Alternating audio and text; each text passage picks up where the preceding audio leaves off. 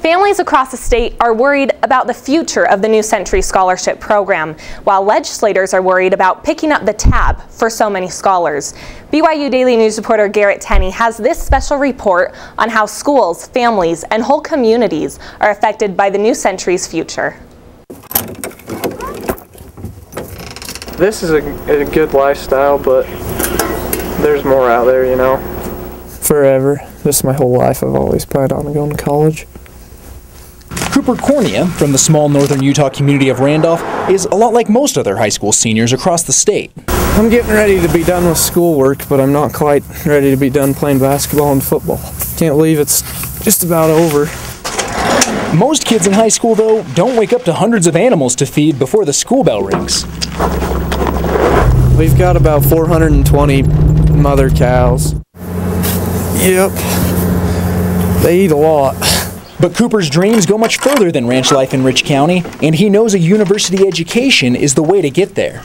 I just plan on going into the physical therapy program at whichever college I decide to go to. I think it'll just be really rewarding to help people come back and get strong again.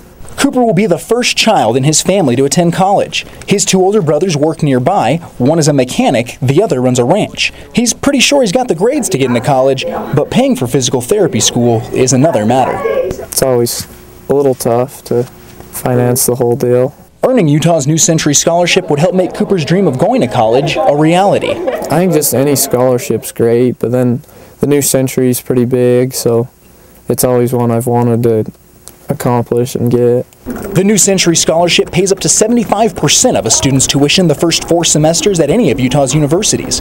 Getting the scholarship is no easy task, though. Students sacrifice an easy schedule their junior and senior years, taking on a heavy 16-credit workload of advanced placement and college courses. It makes us feel good. That's our Parents, students, and teachers at Rich High School know the sacrifice pays off. More than 40% of their seniors graduated high school with an associate's degree in each of the last 5 years. It's a monumental benefit.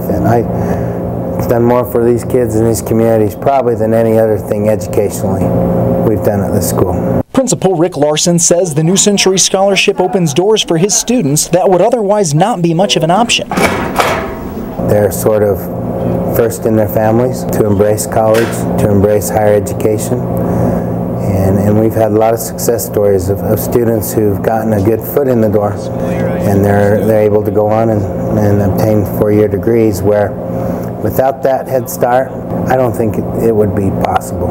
I really don't. For Cooper and other students here at Rich High School, it's simple lives and simple dreams. At another government building more than 100 miles to the south, those simple dreams get a lot more complicated. The number of students applying for the New Century statewide has gone up by more than 50%. But state coffers are drying up in the current economy. Legislators have to figure out if they can keep the program going, and that may mean toughening the qualifications. I actually am carrying the bill to make certain that the New Century Scholarship survives, and we're going to have to do some things to make it survive, such as an earlier application cutoff period, such as a grade point average requirement. Valentine's bill requires a 3.5 GPA instead of the previous 3.0, and students must complete their associates before graduating high school. No more grace period. The idea is that by lowering the number who qualify, there will be enough money to go around for years to come.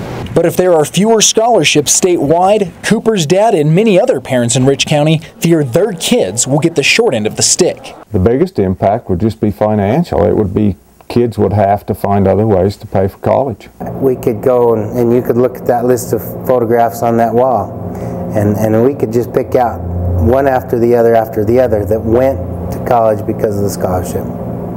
And without it, they wouldn't have. Fewer scholarships mean fewer pictures on that wall. Fewer pathways to the rewards a college education offers. So we're going to have kids not go, but they'll end up at the mine, they'll end up in the oil fields, and that will be their career. Physical therapy isn't on that list, so without the New Century Scholarship, Cooper will still contribute to his community, but maybe not in the way he dreamed. Being able to help people, that was kind of something I wanted with the job. Garrett Tenney, BYU Daily News, Rich County.